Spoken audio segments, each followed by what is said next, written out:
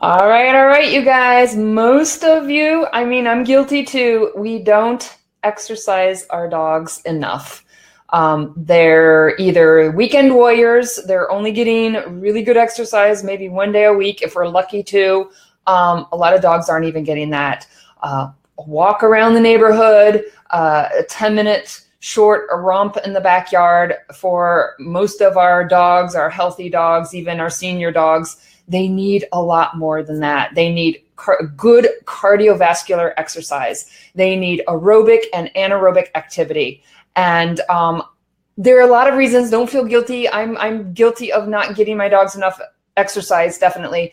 There's a lot of reasons why we struggle with this. Number one, of course, having enough time in the day, enough hours in the day, but also we need really creative ways sometimes. And how do we get our dogs to have a really nice cardio exercise that goes beyond 5 or 10 minutes to really get that heart rate up and keep it up? It could be where you live. Maybe you can't have your dog off leash. Maybe your dog's not super social. You have to be careful where you take it. Maybe there's not safe places where you can go. Running is a great exercise with your dog. Maybe you can't take your dog running for various reasons. I'm here today to talk about some creative ways that we can give our dogs some good cardio exercise. So that's what I'm going to be talking about today. My name is Erica Bowling. I am the owner and founder of Northeast Canine Conditioning. If this is your first time here, welcome, welcome.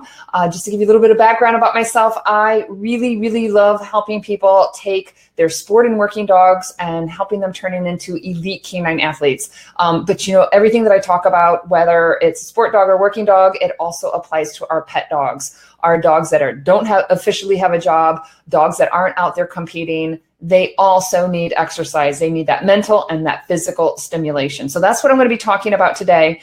And I am going to encourage you guys. I'm going to go over 10 things. Some are probably things you've heard of. Hopefully, I'm going to give you some new interesting ways to be thinking about working your dog. But I'm really, really interested in hearing what are some other creative ways that you give exercise, get your dogs out and get them active. So I see some of you are already here, adding Melissa. Hey, Melissa's here. You guys put a comment if you're here. I see people are watching. Say hello. Let me know what kind of dog, what kind of activities do you do with your dogs? That's really important. But I'm going to go ahead and jump right in. I was only going to go over a couple, and I started listing them earlier today, and I listed 10 right off the bat, and I might think of others as we're going along. So I'm going to start out first, before I jump into the exercises. Let me just separate kind of the difference between aerobic and anaerobic activity. Dogs, like people, we need to really get the benefits, to maximize the benefits that we get out of the cardio exercise. We need to get the heart rate up, and we need to keep it up. Ideally for humans, we say, 20 minutes for aerobic activity or longer. Think about the dogs, think about the equivalent. So if we want to build up some cardio exercise, aerobic activity, aerobic, where they're, using the oxygen, they can keep going at a steady kind of continuous pace. Think of a trotting for 15, 20, 30 minutes or more. That's aerobic activity. They're using, it's an aerobic capacity. Then we have anaerobic, and that's the short bursts of energy, the sprinting. It doesn't use up the oxygen in the same way of getting that energy system going. And what happens is, think about like racehorses, think about runners, sprinters, and long distance racers. If you're exercising and running and jumping and you're putting 100% into it, well, we don't do 100, but if we're working really almost to our physical max, we cannot keep that up for a long amount of time. So we have short bursts of energy, strong and powerful. A lot of our activities that we do with our dogs, from the jumping and the protection sports, agility, fly ball, right? The majority of the things we do with our dogs are these short bursts of energy. Great, exercise. They are getting cardio exercise out of that, but there are additional benefits to doing aerobic activity where they're getting the heart rate up and maintaining it over time. And it's good for the heart, it's good for the soul, but also you're going to see that it can help build up more endurance for your dog. So I know sometimes we do a lot of sprinting activities, a lot of the sports that we do, and we find that if we're doing multiple days in a row, if we're doing things back to back, our dog starts to fatigue. And so an ideal way is to kind of balance and do that intense short burst of energy, but also trying to get that longer, steady exercise going. So I'm going to give you examples of things I find the biggest challenge for people are to find ways to get the steady activity going and maintain it, getting the heart rate up for the dog and keeping it up. I find that that's the hardest struggle for people, to get creative in how can you do that? Because, short bursts of energy, people play fetch, and I have a few things to say about that in a minute. It's not as hard to find, short areas, places, your backyard, but I find that it's more challenging to try to think of working on that aerobic activity for a longer amount of time. So I'm going to be giving examples that can help you think about that. So the first thing that I'm going to mention, and I'm not going to pull up pictures here. I could, but then the program's more likely to freeze. If I introduce you, I'm pretty sure some of these things might be new to some of you. So I encourage you to Google it, look at some videos and some pictures. But also, if you go, I have a blog on northeastcanineconditioning.com on my website. If you go to the blog, I talk about some of these things. And the first thing that I'm going to talk about, I do have some information on my blog and a video there. But the first thing is Canicross. Canicross. So, hey, Angie, thanks for joining. We're just starting. Number 1, Canicross. So what is Canicross? Canicross is more popular in Europe than in the United States. Canicross is when you're running, jogging. You can also walk with your dog, but instead of your dog being next to you and you're holding your leash or the dog being loose, is you use like a mushing harness, and the dog is attached to your waist in a special Canicross belt that sits low on your waist, on your hips, so that when the dog's pulling, it doesn't hurt your lower back. And the idea here is the dog is attached to you with a line that has kind of a bungee. It has some give to it. And what's great about Canicross is it frees up both of your hands. So if I hate when I'm running and I'm holding the leash and that hand is stiff and I'm holding it, it's not as relaxed and it just kind of throws me off balance. You can have your hands free. The dog is attached to you, and there's a little bit of resistance there, or a lot, depending on the dog. So you get some resistance training. It's a great workout. And also, if you're running, the dog can help you run faster. The dog gives you some energy, so you and your dog can exercise together. You get a little boost in the energy, and your dog's helping you move along. It's great for the dog because you're getting some cardio, and you're also getting some resistance training, depending on how much they're pulling. And you free up your hands. You can run more naturally.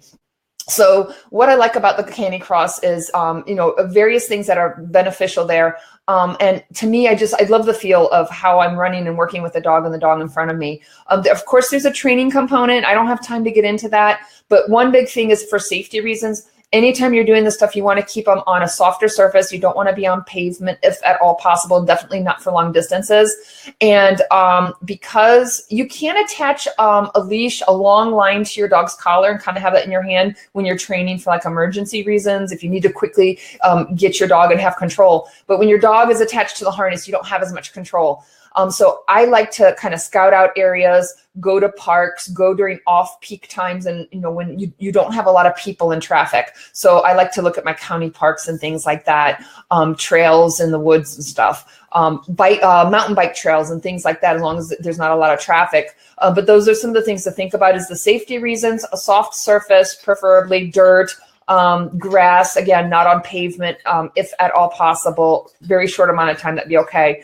And just be aware, depending on your dog's training and how social they are, you might need to scout out ahead of time areas that are safe, no traffic, no cars, limited bikes, and other dogs, loose dogs and things like that. But Canicross is definitely, if you want to go out and get exercise with your dog and your dog gets great exercise. Another thing is a lot of people can't run with their dog. You got bad knees, bad hips, bad back. I have issues with not knees, but the back and stuff. Some days I can't run. But for various reasons, maybe I'm not a fast runner, but maybe you have a really long-legged fast dog, and running just isn't going to cut it for whatever reason. So another thing you can do is bicycle with your dog. Again, all the safety reasons. I don't bicycle and go out in public where there's going to be distractions. I like to go on the paths and use the parks and things like that, going on off-peak times when I don't have a lot of distractions. But a great thing is to train your dog with Canicross. You can walk with your dog, trot with your dog, and they start to learn to pull ahead of you. And then bike joring is where they have a special arm, what they call an arm, that goes up, attaches to your bike, and it extends over the front tire, and the line goes over that so it doesn't get wrapped up in the tire, just for protection reasons. But here you attach the dog in the harness to the bicycle, and the dog runs in the front. And again, the dog, you can have some resistance training. If the dog's pulling, it has a little bit of bungee line, so there's some give to the line. You can go faster. So if you're a slow runner, or if you physically can't run, and of course you want to build up slowly. And I have a whole program where we talk about in the Elite Canine Athlete program and Canine Conditioning 101. But you always want to start really just one day a week, keep it really, really short. You might only go out for, 10 minutes, 15 minutes.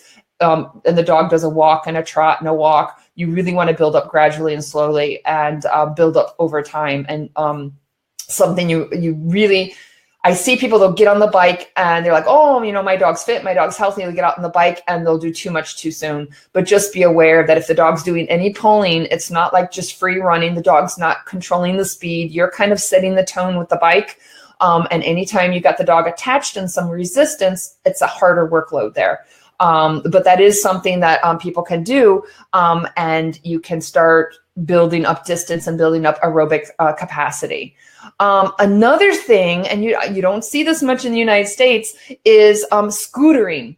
And if you want to see pictures, or if you Google, go scootering, and put in the word dog, scootering and dog. If you want to see some pictures of what the scooter, it's you stand on it, and it's lower to the ground than the bicycle. Some people don't like the bicycle because of fear. You're higher up, and if you fall off, the dog turns quickly. Some people feel more secure and safer on a scooter because it's low to the ground. There is, just so you guys know, one of the common ones, the companies that create some really nice scooters for dogs is called the Diggler scooter. And the scooter here, again, is the dog attaches to the front.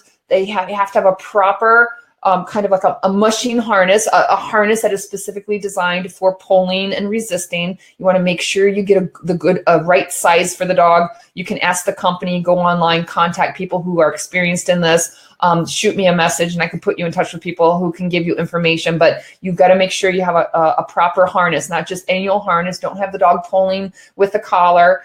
But the scooter is another way that you can exercise the dog, a fun way that you can get them out and get some activity and enjoy it with your dog. Again, all the same safety rules apply, preferably on a soft surface, on dirt, grass, wherever you can go to kind of take out the jarring. And again, building up very slowly, gradually over time. Start very, very short, half mile less, walking, trotting, and over weeks and weeks building up. If any of you have done scootering, let me know, post in the comments if you've done bike joring or canicross. Like I said, they're more popular in Europe. They have races, and some areas of Europe, very popular, some of these activities. So we'd love to hear from people who have done these. And if you're not familiar, Google it, go look at some videos, go to YouTube, and also go jump on my blog on northeastcanineconditioning.com. I have a video, I have some information there when Knox started his canicross. So that's another creative way just to add something more fun and getting out and doing things and being active with your dog.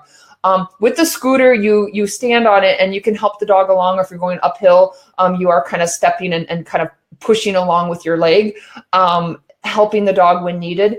But it's, I think for some people, when you think of the wear and the tear on the human body for running, again, a little bit easier, depending on how the conditions in which you're going. I mean, if you're going up a steep hill, it's not going to be super easy. But for people who have some limitations, or again, if you're nervous being up on a bicycle and you want to be lower to the ground, check out the scootering. Another one I'm going to throw, this is not super creative, people know it, but I just want to remind you guys, a great cross training and bringing in cardio is swimming. A great thing about swimming is swimming's pretty intense for dogs. And when we say that a dog, let's say we want to get 20 minutes of cardio, build up to 20 minutes, for swimming, to get the cardio benefits, you only have to do a fraction of the amount of time. You're not 20 minutes of constant swimming is much harder than just 20 minutes of trotting with your dog. And so think about maybe it's going to depend on the conditions and the intensity and the things like that. But you might say half it, say, 5 to 10 minutes of continuous swimming that's tough work for a dog.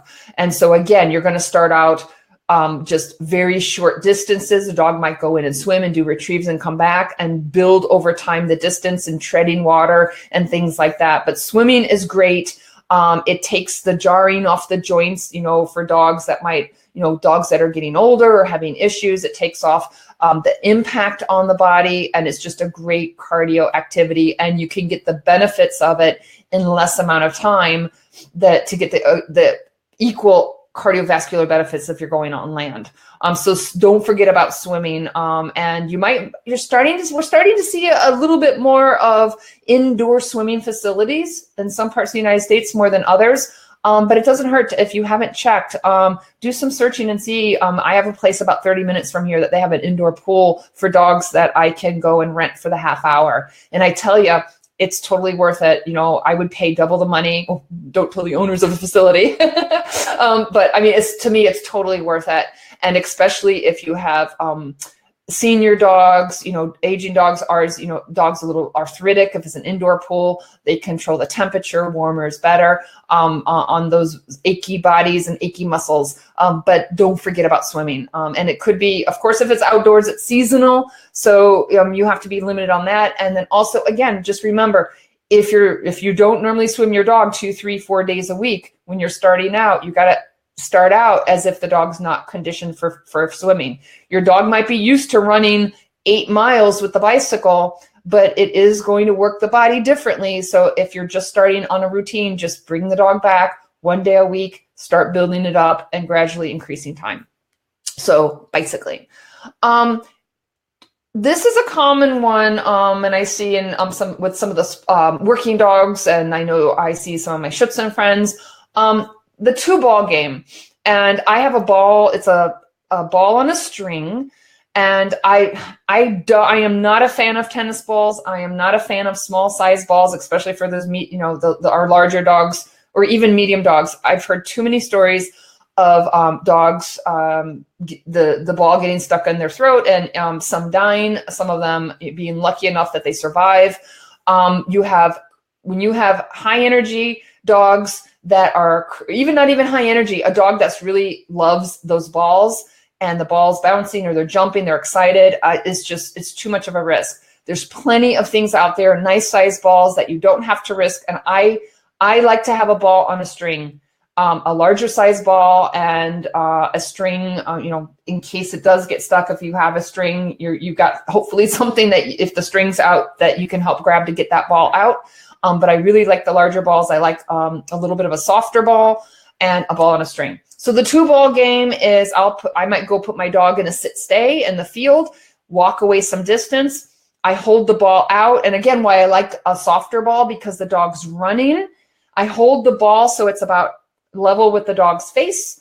The dog runs, he grabs the ball and I release it. The dog runs away from me. I have a second ball, I hold it and the dog runs back and he grabs the ball as he runs. My dog, I'll give him an out command because sometimes it encourages him to drop the first ball a little sooner. He grabs the second ball. I go to the ground. I get the first ball and I hold it up. Or you might have multiple balls. If he doesn't drop it near you, if he drops it way out, you might have 4 or 5 balls in your pocket. And basically the dog runs out, comes running back. He sprints to come get the ball. He runs past you, turns around. He knows you have another ball and he comes back to get the second ball. 2-ball game. A couple things here. I find that when I do it, it's more sprinting. It's hard for me to get continuous activity for my dog because as soon as he grabs the ball, he's running a short distance and he turns around in anticipation to get the second ball. So I find that when I first started, I put my dog some distance away, and the first few times I do it, he'll run further away from me and turn around and come back. And so I find that it's harder for me to keep the intensity up because he starts shortening his distance because he wants to quickly grab the next ball. But the 2-ball game is great for sprinting. And I tell you, it gives him a good workout. Like he breathes hard because he's doing these short sprints. So one thing to think about is integrating the 2-ball game with other things that you're doing. So it's great for, instead of maybe when you're doing some jumping and some, basic fetch, or you're doing some obedience, think about when you usually have some downtime and your dog's kind of resting and catching its breath. Think about doing this during it would be like an active recovery time to keep your dog active during times when you might be giving them a complete rest. And that will help keep the heart rate up. So I might do something like, I'll do some healing, some tugging, 2-ball game, some tugging, some healing, 2-ball game. And if I mix it up, so he's not going to do the 2-ball game 20 minutes straight, but I'm mixing it up with other things. And the 2-ball game is going to keep his heart rate up because he's going to be throwing in this little sprinting. So another way to try to get that heart rate up and to keep that heart rate up for a longer period of time is when you're doing other activities, is lessen the amount of downtime you have and have an active recovery. Have a time where when you're normally putting them in a sit stay while you're transitioning to an activity, get the dog active, tug with the dog, play with the dog, do a quick, sprint for the 2 balls. And so it's not going to be the same as taking your dog and running them for 5 miles, but you can do that easily to start increasing the intensity of what you normally do right now when you're doing healing, maybe practicing some jumping, some tugging and things like that. So anything to try to increase the intensity and add a little bit more time that the heart, get that heart rate up and keep it up a little bit longer, your dog's going to benefit from it. So that's the 2-ball game. What I like to do to counter my dog shortening the return for the 2-ball, and then he's really not, it's just a short sprint, and his energy level, he kind of gets a little lazy then after I do it multiple times. What I do to counter that is I use touch pads. Hey, Kate, thanks for joining us. You guys add comments and add other ideas if you do other things to help do some cardio. It could be some sprinting and more aerobic activity. Let me know what you think and what you do. But the touch pad, what I like about this is I teach my dog, it might be a rubber bucket, an upside down feed bucket. I like to use a rubber, it's a Frisbee. A rubber Frisbee, and I have 2 of them, and I teach my dog to touch it with his front feet and sit and wait until I give a release command.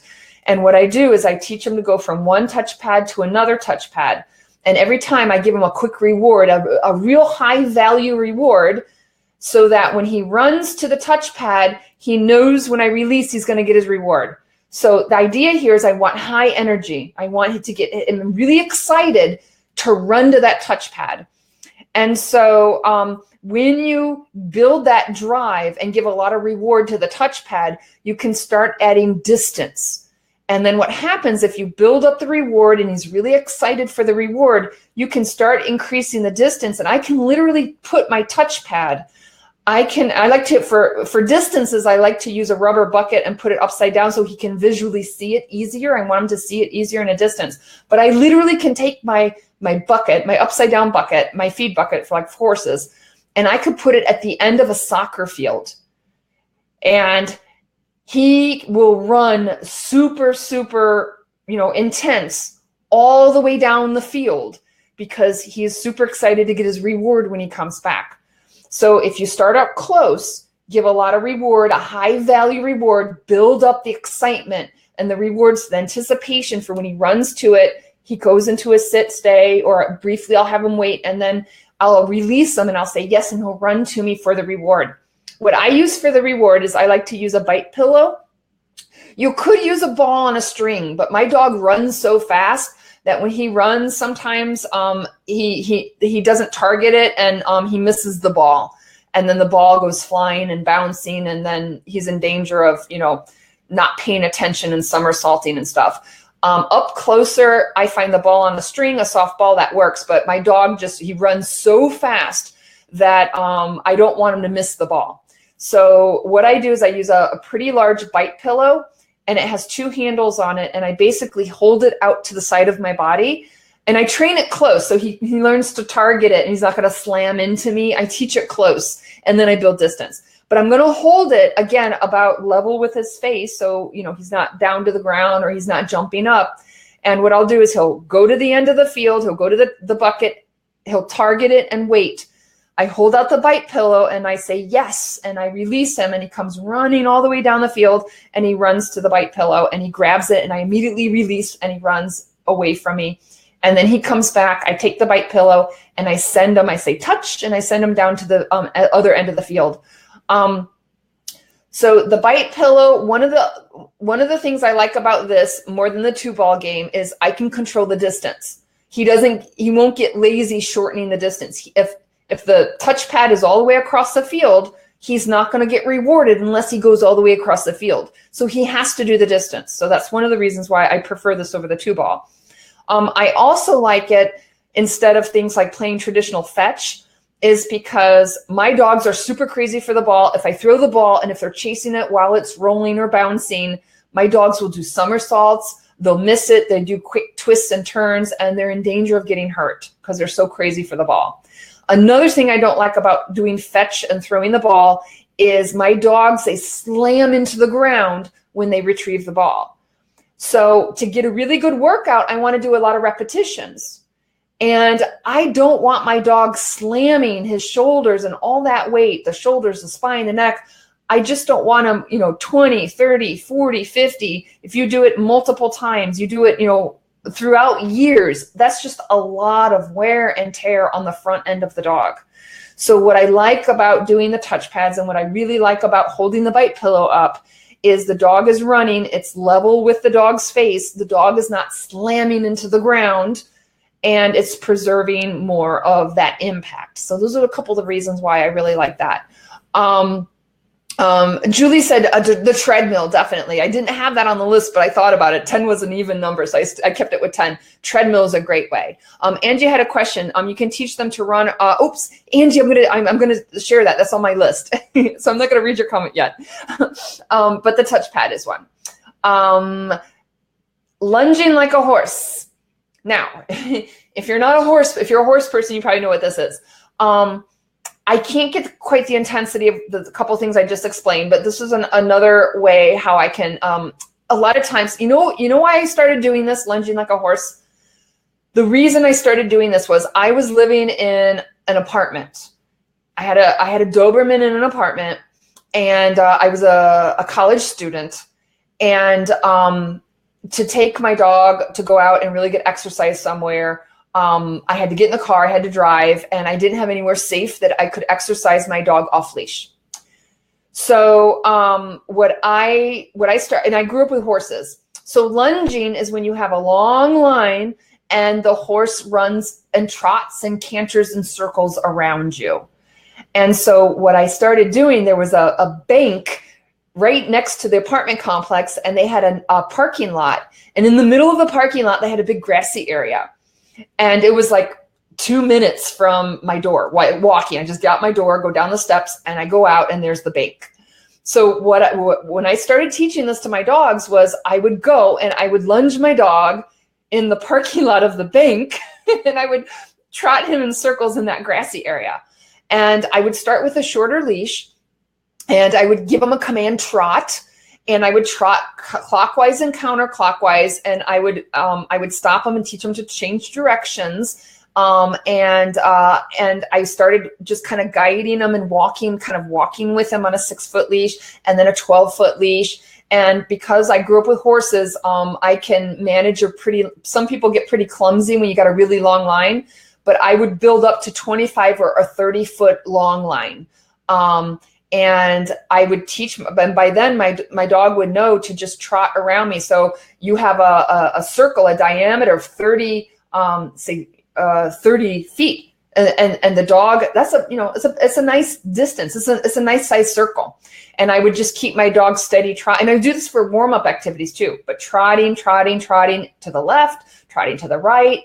Like I said, it's not as intense of an activity as the other ones, but a really nice pace to do a good aerobic activity. If you're going 20, 30, 40 minutes, a trot is a perfect gait to have your dog in, because the legs are moving in diagonal and both sides of the body are working equally. So the trot is a great pace for doing aerobic, steady aerobic activity. Now, I didn't trot my dog and lunge him in circles for 30 minutes, but I did, I was in an environment where I struggled to find a place to get my dog's heart rate up.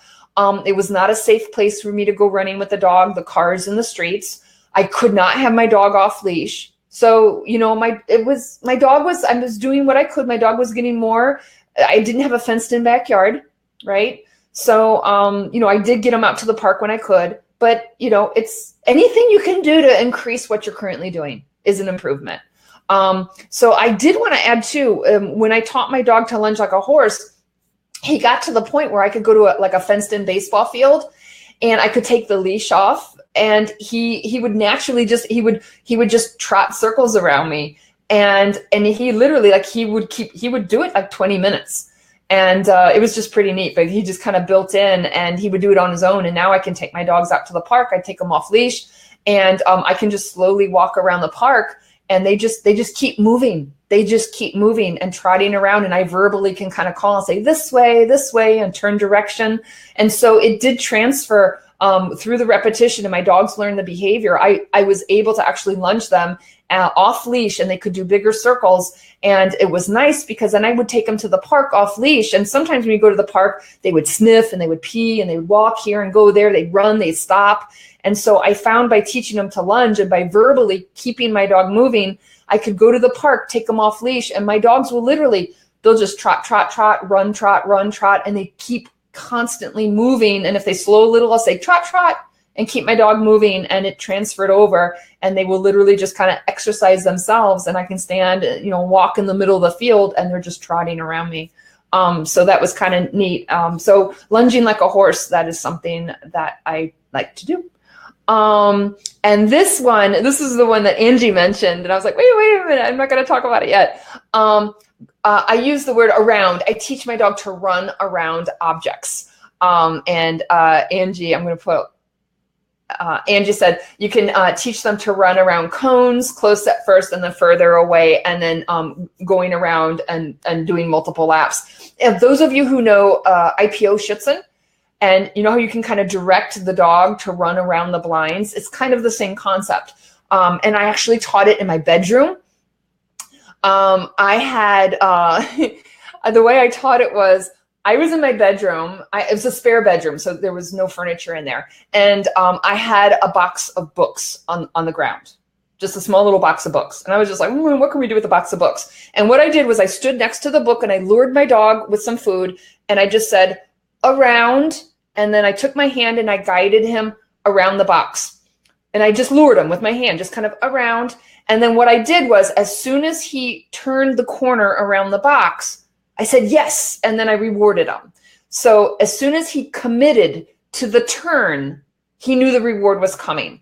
Now, make sure you're not just luring it. And if you want to teach the word around, make sure you say the word right before you lure them with your hand, or they're just going to follow your hand. They're going to go by your body first.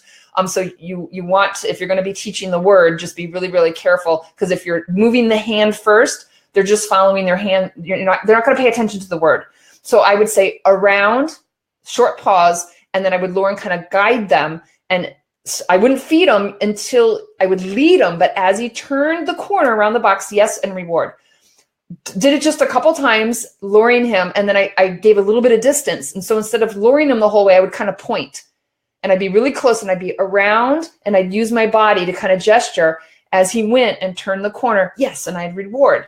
And then I took a step back. He'd go 6 inches back, a foot back, a foot and a half, 2 feet. And then I could stand away from the box and I would point and say around. He would go around the box on the ground. As soon as he committed to the turn, yes, and a reward. And I did this I taught this in a bedroom. I did it, 2-3 days. And I went to the park and I thought, I wonder if this will transfer to the park. And there was a garbage can there. So I started the very same way. I went right up to the garbage can, real close, and I just lured him around. It's a new environment, so I had to backtrack. But in one session, he figured that out. So I treated the garbage can just like the box of books. I stood right next to it and I lured him around. immediate reward. And then I stepped a foot away, around, stepped 2 feet away. He immediately transferred it over. And then I would go, there might be a tree, or I could have, as Angie mentioned, I would bring a cone, a yellow pylon, a cone, and I could set it up in the field and I would teach him around. Then what I would do is once I could stand, 6 feet, 10 feet, 15 feet, 20 feet away and send him around the cone. Again, remember, as soon as he commits to the turn, I would reward, and I would do the same thing. I'd hold my bite pillow or I hold my ball on a rope. And as soon as the dog turns the corner, he knows the reward's coming. So what happens is the motivation, when I'm sending him away from me, he knows as soon as he hits the corner and he goes around, the reward's coming. So he's motivated running out. And then as soon as he turns the corner, he knows the reward's coming. So now he's running really hard back. And so again, I don't like him slamming into the ground. So I'm going to hold my ball on a string. I'm going to hold my bite pillow up. He's going to run by me and I give him the reward. So once he could do around one item, then what I would do is I would set up a second one and I'd stand in the middle. And then I would kind of guide him with my hand around and around. And then I would teach him to run around 2 cones. And then I'd teach him to run around 3 cones. And then I would put the cones in a square, like a small square. And then I'd teach him to run around all 4 cones. And then I would build the circle. It was like a circle, and I would make it start up close, and then I'd spread the distance.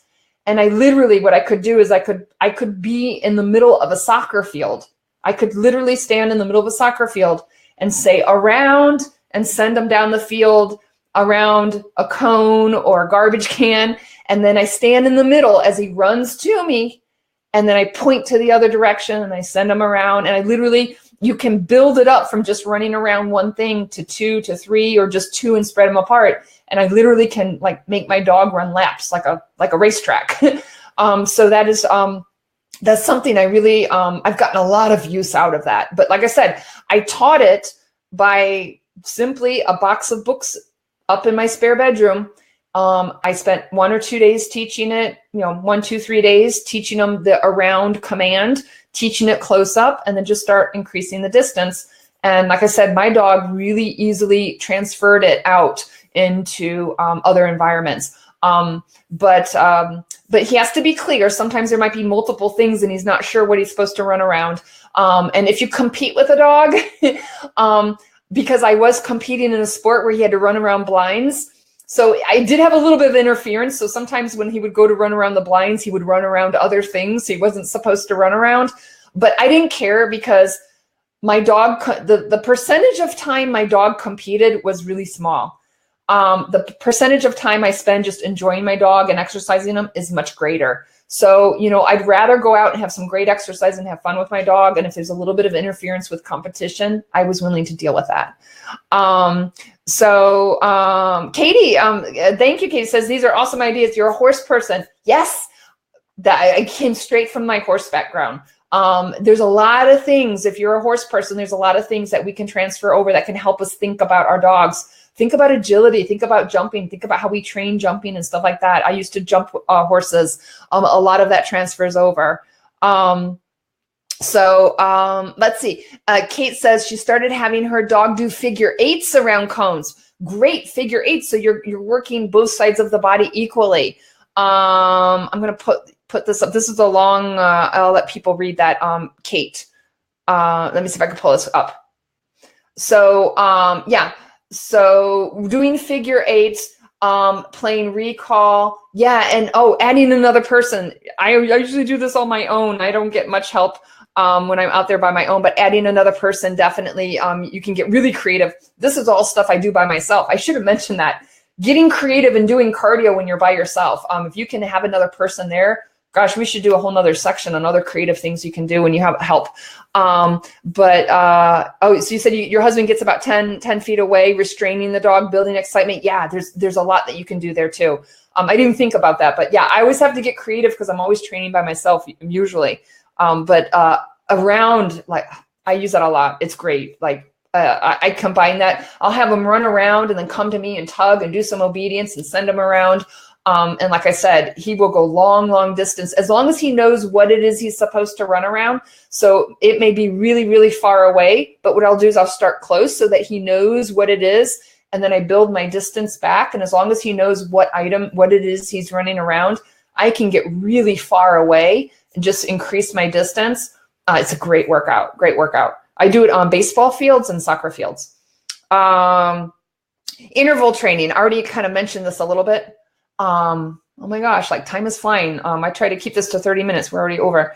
This was number 10. This was the last one I was going to mention.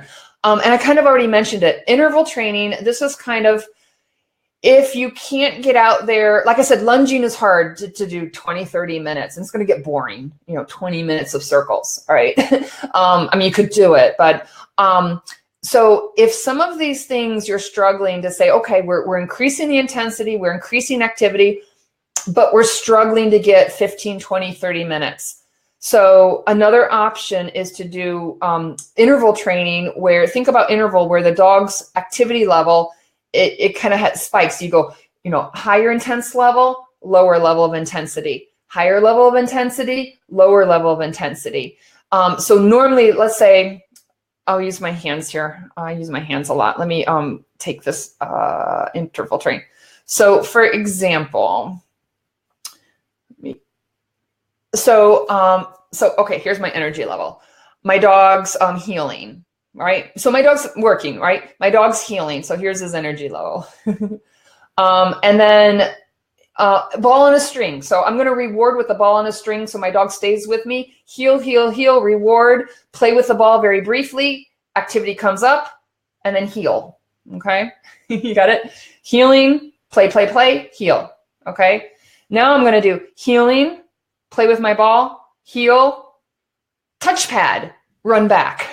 So now my dog's healing, play with the ball, heal, go to the touchpad, sprint, sprint, sprint, and then the dog comes back. So you see what's happening. My dog's activity level, the intensity level, it's varying. So it's kind of medium intensity, increase intensity, bring the intensity down, bring the intensity up. So I will mix things up now. So instead of maybe before where my dog would heal and then I would just stop and change activity, now I'm healing and the transition is tugging. Healing, and then now we're healing, healing, healing, tug, tug, healing, and then now quick, go sprint down to the end of the field, sprint back, take the bite pillow, tug, tug, tug. Now let's heal again. So what I do is I'm not doing sprinting for 30 minutes. I'm not doing running around an object for 15 minutes. But what I'm doing is I'm combining things now, consciously thinking, I want to keep my dog moving, and I want to periodically get a boost of that intensity level to get the heart rate up even more. And then when I do my other activities, it's going to come down a little bit. The heart rate comes up, the heart rate comes down. Kind of interval, some sprinting, some steady trotting, some sprinting, some healing. So it's not the same as doing a 30-minute, run with your dog. But probably think about what a lot of you might already be doing. If you just start integrating this kind of active recovery time and think about how you can just keep that energy up a little bit longer in between things that you're doing, you're increasing activity, you're increasing intensity, you're getting more cardio than what you're currently doing. So anything that you can think of to just start adding intensity, adding activity. And it's a great thing to integrate into your obedience training, because you're constantly switching things around, and your dog's going to be motivated. Your dog's not going to get bored. They don't know what's going to come next. Am I going to get the tug? Am I going to get the ball on the string? Am I healing? Am I going to a touchpad? And am I going to run around a tree? So I love integrating this into my training, doing a retrieve for competition, healing, practice positions and sit, stay down, and then quick, let's go run to the end of the field. And then I also integrate other canine fitness stuff, and that's like a whole nother show. But those are just some of the things that I do. I'll just do a quick rundown again. Canicross, bike joring, scootering, swimming, the 2-ball game, touchpad. If you just came in, you missed some of this, rewind at the replay and you can get all these. Running around things, interval training. And again, I do have some of this on my blog on Northeast Canine Conditioning. And then also, if you want to learn more and get see where some of your own strengths and weaknesses are with canine fitness, I have a question I'm going to answer in just a second. Paul, thanks for posting it. But caninefitnessquiz.com. This will be kind of like a self-assessment, a short quiz for you to get a sense of, what other areas of fitness maybe are your strengths and weaknesses. Where might there be areas where you could learn more about canine fitness? And I'll get the results sent to me. You'll get a summary of the results, and you might qualify for a complimentary one-on-one session with me, a coaching session. So great question. Before we leave today, how would you warm up your dog before all of this? Perfect question. Let me pull this up here. How would I warm up my dog? Always warm up your dog. Always warm up your dog. Don't start doing any kind of intense activity or strenuous activity or high impact activity without warming up your dog. So usually what I do to warm up my dog is I'll do a little bit of healing, kind of what I explained here, but I'll do a lower intensity. Healing, some tugging. I might do touch pads, but keep them short distances. So if I do really short touch pads, short distances, and then I slowly increase it. And another thing that I love doing a warm up is the lunging. Putting my dog on 6 foot minimum, if I walk with him in the circles. But I might do 5 minutes of trotting, a little bit of healing, and trotting my dog. And trotting could be, I might do a short little retrieve, short distances. Go to a touch pad and come back, short distances, and then slowly increasing the distances. I like to gradually build intensity. And so what I'll do is I'll start with a walk, and then I'll do a trot. And like I said, if I trot my dog for about 5 minutes, depending on how intense the next activity is going to be, I might trot and do a short sprint a couple times, and then go from there. But you can do a great warm up, just healing your dog, tugging with your dog, and doing trotting in some circles, teaching that lunging. And I do a lot of the lunging whenever I'm warming up on leash. When I do detection training before my dog goes in the building to search, I'll have them out, go to the back, get them out of the car, let them go to the bathroom, trot them, both directions, and then I go in and we go search the building.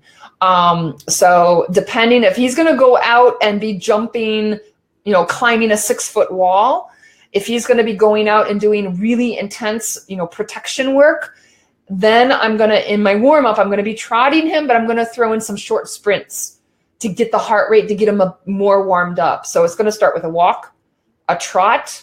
And then if I really need a really, really good warm up for something high intensity, I'm going to go from a walk to a trot, and I'm going to throw in some short sprints to get that heart rate up. And then I move into my higher, more intense activity. Great question. Warm-ups are very, very important. We have to do those warm-up activities.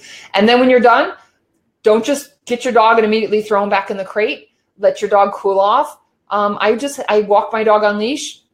If my dog's not on leash, he keeps trotting around and he doesn't cool off. Like he just trots and runs. So for my dog to cool him off, I have to have him on leash because he won't slow down. And I leash walk him, give him a little bit of water, leash walk him, and I wait until the color, his panting starts to return to normal. The inside colors of his ears aren't as pink. They start or red, I get him back to the normal color, get his heart rate down, start to cool him off. Then if I'm at the park, then I'll put him in the car, put him in the crate. But warming up and cooling down that's really, really important. Good question. I'm glad you asked that. So wow. We went long today, but I didn't realize I was going to talk so much. So hope this was helpful, you guys. Thank you so much for coming, for listening. Again, the Canine Fitness Quiz, if you want to do that kind of self-assessment and learn, this is just one very, very small piece of things we need to be doing for our dogs for canine fitness. Cardio is just one small piece. So if you want to learn more of what's involved in a canine fitness program and the different things that we should know about canine fitness, take this Canine Fitness Quiz. And then also, if this was helpful, if you're watching this either live or the replay will be up soon after the live. Feel free to share it. Share the video, email it to people. If you thought this was helpful, if you thought one or two of these activities were creative and something that you might want to do, I'm sure somebody else would benefit from it. So feel free to share it, pass it along to others. I am Erica Bowling from Northeast Canine Conditioning. And what I do is on my Facebook Live, if you go to Northeast Canine Conditioning on Facebook, I try to be here every Friday night, 8:30 p.m. Eastern time. If you want to catch me live, love to have you come here and share ideas. But if you're watching the recording, the replay, you might be seeing it on LinkedIn. You might be seeing it on YouTube. But on Facebook, Northeast Canine Conditioning is where you'll find me on Facebook live Friday nights, 8:30 p.m. Eastern time. So thank you, y'all. Thank you for sticking around. I went a little bit over. I try to keep this to 30 minutes on Friday evenings. So again, feel free to share this along. I'd love to hear from you. If you have other creative ideas, other ways to get your dog exercised, please, please, please share. And again, feel free to share this with other people. So thank you for joining. Have a great rest of the day or evening, and I will talk to you guys soon. Bye-bye.